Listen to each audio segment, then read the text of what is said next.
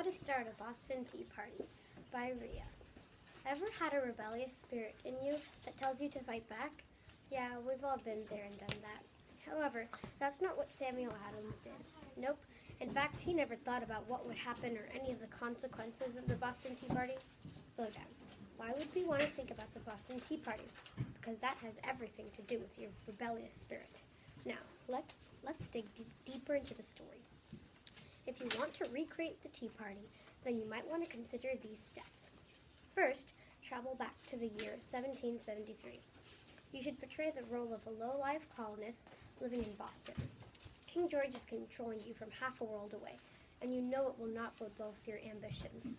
So once Parliament passes a tea taxation without representation on all imported goods, you're furious.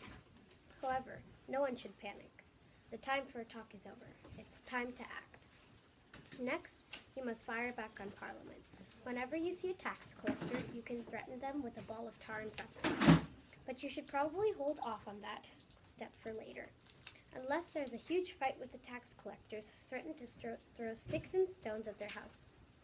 Then they will be sure to lay off.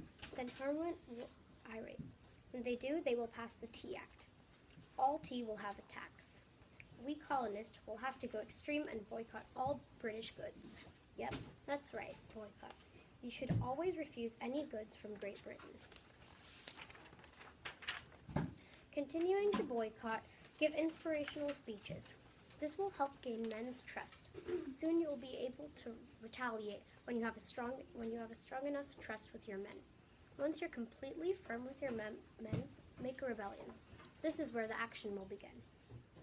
Gather up your men and lay out a firm plan. A suggestion would be something like sneak onto a British imported ship in the Boston harbor. You and your men should dress up as Mohawk Indians and board the ship. The ship should still be anchored. After, have your men rip out 342 chests of tea. Make sure that they don't just throw the plain crates into the harbor, but they completely remove the tea. Take as much tea as possible. You do not want to have any tea left behind. After you and your men are done, have everybody off the ship and then leave it to burn. In conclusion, the Boston Tea Party is worth doing.